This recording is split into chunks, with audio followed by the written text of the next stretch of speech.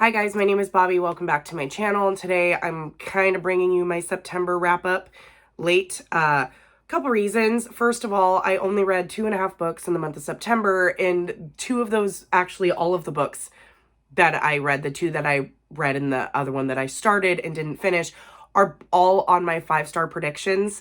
I guess I don't know how I'm going to do this. I guess I could just review the two here and then just not do a 5-star predictions wrap up, because then I will have absolutely nothing to talk about in this video otherwise. And it's just here for a courtesy, so you don't sit here going, where the hell's your September wrap up? September was a very rough month for me. I was really busy. My kids started school. My daughter's in soccer, so she was busy with that. And then with work, I've just been busy, like moms get and once school starts. So there's that. And I read these two books first thing of the month, and they both were not 5 stars. So guess I'll just review them here. They both put me in a horrific slump. And so I didn't read for like 2 weeks. And then I started Empire the Vampire and got 250 pages into it. And because I had such a rough time with the other two, I stopped reading. And then I just kind of went down into my little hole. And also, I'm sick. I feel like absolute shit garbage right now. I don't have COVID. Don't worry about that. Both my daughter and I are sick. It started, 3 days ago now on Saturday. We were tested yesterday. We both tested negative. I knew we'd be negative. Both my daughter and I are fully vaxxed. So is my husband. So I didn't think that we had COVID. Not to mention, we don't really go anywhere and haven't. I'm currently on vacation. Today is Tuesday. I haven't been to work since Wednesday of last week. And I haven't gone anywhere. I've gone to the grocery store a couple times where you're fully masked, and I went and saw my mom, who's also fully vaxxed and not sick. So I don't know where I got it. I'm assuming my daughter brought it home. Granted, at school, she also has to wear a mask the entire time except for when she's eating at lunch, which she eats lunch outside because it's still, well, on days where it's not pouring down rain, she eats lunch outside. So she's not sequestered in a room with a whole bunch of people with their masks off. So honestly, I have no idea how either of us got sick. I assume she brought it home and got it somewhere at school. But then again, it brings into question, do the masks really work? Because how the fuck did we get sick? I haven't been sick in over a year and a half because shit, nobody went anywhere or did anything last year. Danielle has just a cold. She's congested. I mean, it's pretty much just a cold. I am congested now, but I have a cough that's really deep in my chest and it really sucks. So if there's a lot of cuts, it's because I'm hacking up a lung, and that's why. So again, I apologize if there's a lot of cuts here and there. It might just because I'm having a coughing fit. But I wanted to get this video filmed. It's already a week late, way later than I wanted to post it. But again, I was waffling back and forth on whether or not even to do one, considering both of the books that I read are my 5-star predictions. So I'm sorry, Vicky. I guess I'm not doing a 5-star prediction wrap up. Maybe I will anyways, just to have that extra video, but otherwise there wouldn't be anything for my September wrap up because I literally read just 2.5 books because September sucked. Hopefully it does better in October. I really don't have much motivation right now, but it's also because I feel like a bag of smashed assholes. So let's get into it. So I guess this is going to be kind of ranty, maybe, or just underwhelming. Okay, so the one that I started and have not finished yet is Empire the Vampire. I still even haven't picked it up yet this month. I don't know, which is stupid to me because this is one of my most anticipated books of the whole fucking year. I'm liking it. I'm enjoying it. The world building is fantastic. I like most of the characters so far. I love the jokes and the insults and Jay Kristoff's writing. Like, I like it. It's just not what I was expecting. And I picked it up after the 2 shit books that I read. And it just really, really upset me. I will be picking this back up. I've just struggled to read physically. I do have this on audio and on my tablet, so I do have it on ebook as well. I will get this finished this month. I have to. I'm 250 pages in, so I have about, 450 to 500 pages to go. We'll get there because this is over 700 pages. Yeah, so I've got about 500 pages to go almost. We'll get there. It's just been kind of slow going. Maybe I'll pick this one up today. I'm kind of in a reading mood, but I also have shit to do. Because again, on top of me being sick and all that shit and while being on vacation, my husband's gone. He's down visiting his mom in Nevada. So he's been gone this is day 3. He comes back in 2 days. So I can't even lay in bed and rest and not do anything. I still have to be a mom, which, I mean, you are anyways when you're sick, but I don't even have him to help me. It's like So I'm sick. I have to, like, my son needs his laundry done. My daughter's glasses are ready to be picked up. Like, so I have to get dressed and like adult. So, which sucks because I'd rather just lay in bed and do nothing and just be sick. But nope. Hopefully I feel better before I have to go back to work. Knowing my luck, I'll feel better like the day before. But anyways, Empire, I'm not going to go really far into what this is about. I already did in my October TBR. I kind of went into it way further than I needed to. But yeah, I'm enjoying it. I need to finish it. We'll see how it goes. Okay, on to the two that I actually finished. God, I don't even know how to talk about these. It feels like it was 20 years ago when I read them. So I guess we'll start with this one. The My Mortar by Samantha Shannon. This is book 2 in the Bone Season series. I gave this book, was it 3 stars, 2 stars? Something like that. Definitely not a 5-star. This book was boring as fuck.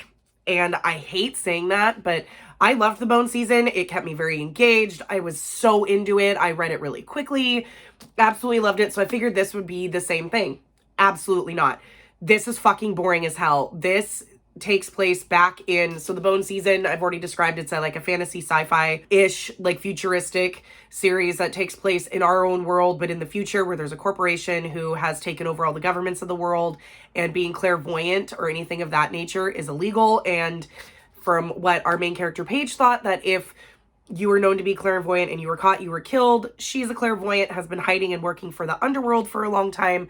She gets caught one day, realizes that that's not how it actually goes and not everybody is killed. So this takes place exactly right after the events of book 1, like picks up right where book 1 left off, which at first was like really exciting, but then it got fucking boring. So boring. The whole point of this book is Paige trying to get her footing back in the underworld, and her big thing is okay, I guess I'm gonna have to spoil it. So spoilers for the My Mortar and the Bone Season.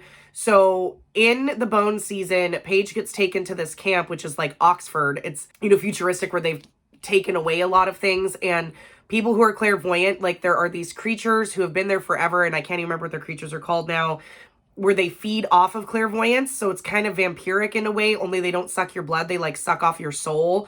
And it like, it's only for clairvoyance. They only take from clairvoyance, and I don't know if they're alien or if they're supernatural. Like, you don't really know where they come from at the end of book 1. Like, there's a lot of questions. So it was exciting to get into book 2.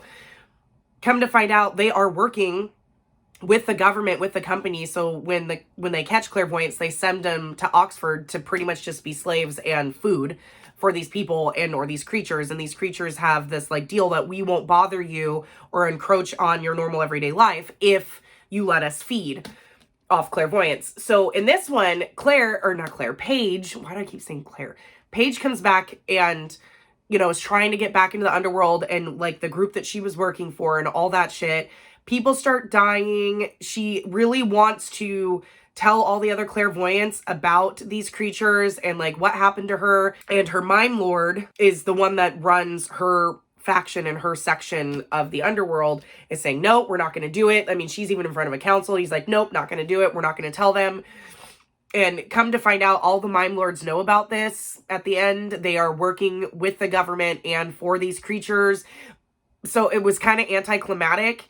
That it could have been more exciting, but the whole lead up to it, it was just boring. It was Paige just whining the entire fucking time. If I had to hear her whine one more time about how nobody would listen to me, well, okay, then do something. And she just wasn't doing anything. She was just standing there whining the entire fucking time about how nobody will listen to her, and like, people need to know about this. And it's like, okay, well then make it known, do it. Like, and it was just frustrating. It was so boring. I was tired of listening to her whine.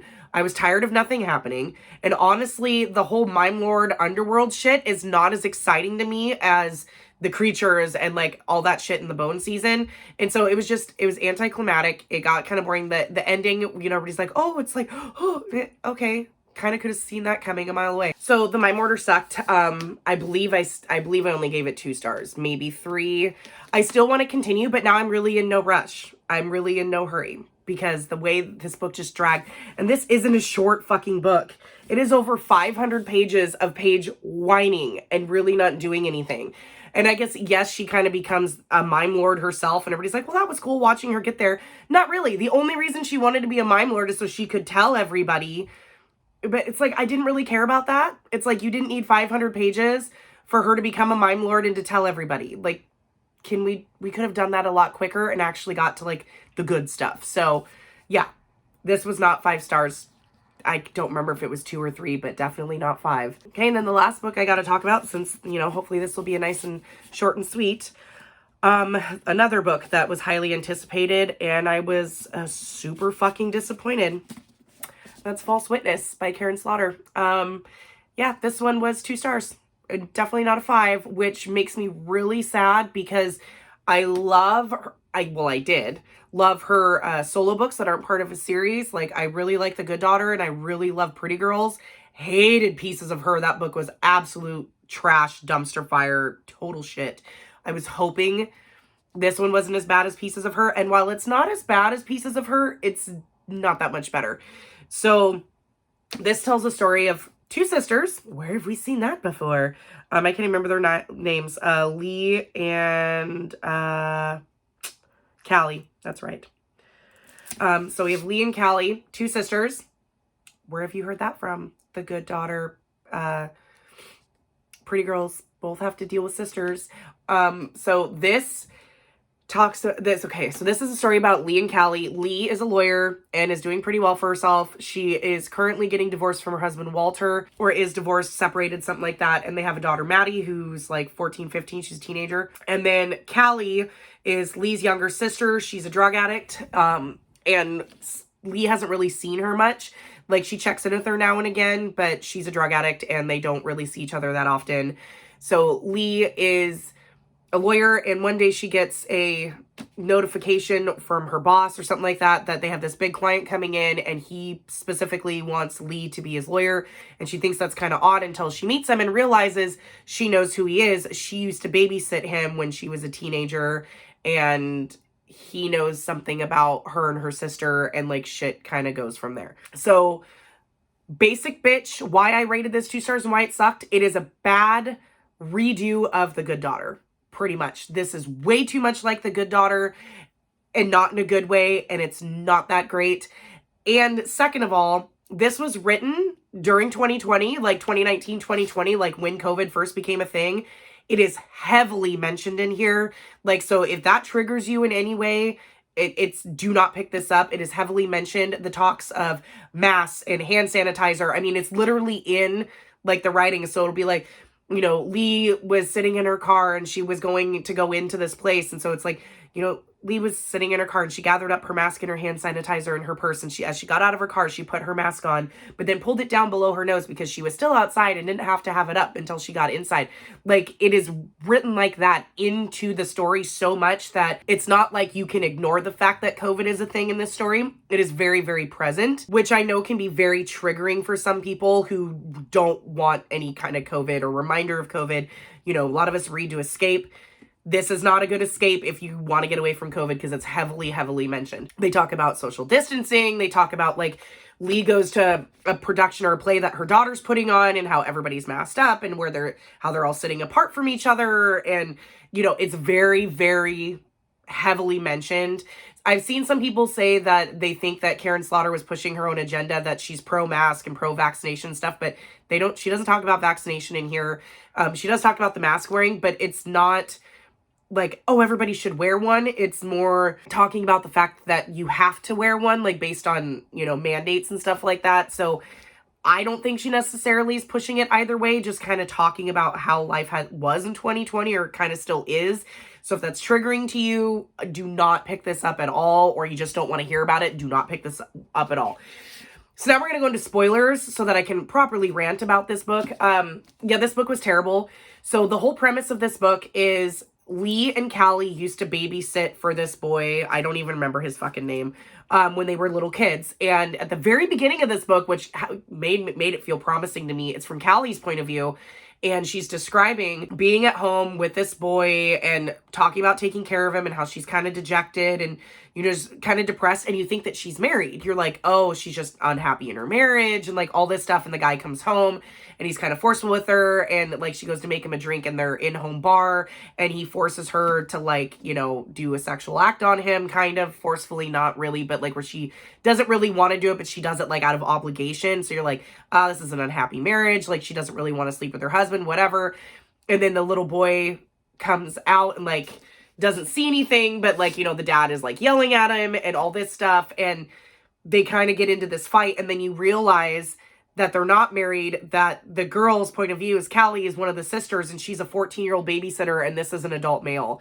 And it's like, whoa, what's going on? So again, very much Karen Slaughter with sexual assault and, well, yeah, sexual assault and not rape because it's consensual, but statutory rape.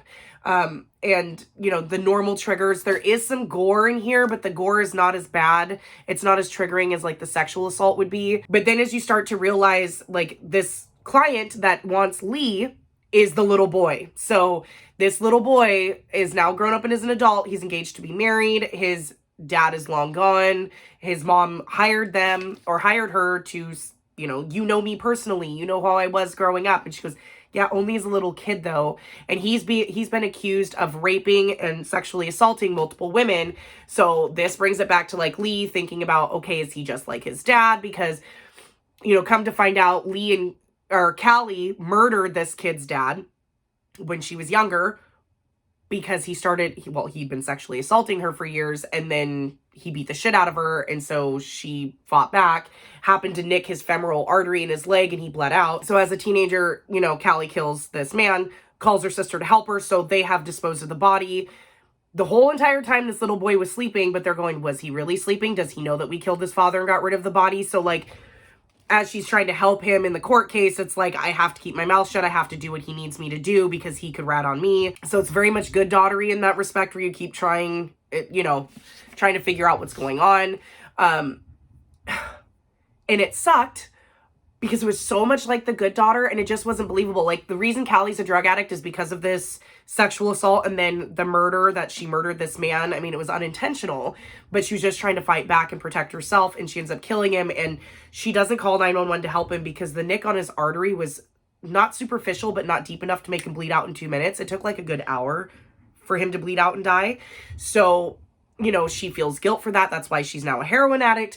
And it's like, Lee has moved on and done fine, but, you know, it's very much like The Good Daughter. One sister's doing well, the other one's struggling. Only in this one, Callie's struggle is way worse considering she's a drug addict. In The Good Daughter, one of the sisters wasn't a drug addict. But it was very much, okay, Callie never got any help. Nobody really seemed to want to help her. And knowing why, and Lee knows why she's a drug addict. Lee knows why she uses, but never did anything to try to help her sister get the help she needed because their parents or like their mother didn't really care and wasn't that great.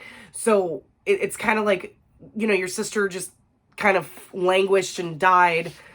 And so like you go through the book and then you get to the end and it's very obvious that this boy now, who is now a man, did commit these crimes. And Lee is really upset with having to defend him. But, you know, it ends up being like an entrapment thing where like Callie puts herself in danger purposefully to entrap him and pretty much commits suicide to get the guy. So she like overdoses the guy on heroin and something else. I can't remember what else she puts in his veins, but it's very much an overdose, and kills him. And then, you know, kind of lures him, like, you know, she wants to sleep with him and be with him because he's always had a huge crush on her, and lures him in to kill him so that, you know, he gets the justice for sexually assaulting those other women, because he managed to work it to where it looked like he was going to get acquitted. But at the same time, Callie ends up taking her own life. So it's like she sacrifices herself to get the bad guy. And it kind of like does this full circle. Like, you know, she feels guilty because she killed this kid's dad and thinks that that's part of the reason why he is the way he is, which isn't true. Some of that is learned. Some of that is, you know, it was just kind of like one of those where it was like, it wasn't great. It just, I didn't like how the story went, and I skimmed a lot of it, and I was like, this is too much like The Good Daughter, only done worse. And then you throw in all the COVID shit on top of it, and it was awful. 2 stars. So that's it, guys. That is my lowly and terrible September wrap up. The 2 books that were our 5-star predictions that were definitely not 5-star predictions. I'm really hoping to do better this month, but I just feel like shit right now. And I'm in the middle of my vacation where I plan to do all this reading, and all I want to do is curl up in bed and like rewatch Sex and the City and just sleep off and on because I just feel like such crap. And I just want my husband to come home so that I can just lay around and be like crap. But of course he comes home like 2 days before I have to go back to work. So we'll see how this goes. I feel like absolute shit. I apologize again if there's a lot of cuts. I had a couple coughing fits, blowing my nose, sneezing. Yeah, we're having fun over here in my household. But that's it, guys. Please let me know what you guys read in September. I hope you guys had a better month than me because I just had a real shit month. I'm hoping to, you know, get it going in October. I'm kind of really getting into true crime in October, and I've been picking stuff off of like Kindle and like Audible. So we'll see how it goes, but please let me know what you read. If you read these books, please let me know what you thought of them. I apologize that, you know, I only ended up reading 2 of my 5-star predictions. So, you know, eventually when I finish my other 5-star predictions, you'll have another video, but that's it, I guess. I will see you guys in the next one. It probably won't be anything anytime soon because it took every energy ounce that I had just to sit here and film this. And now I'm going to go crash because bleh, I just feel like shit. But I will see you guys in the next one. Bye.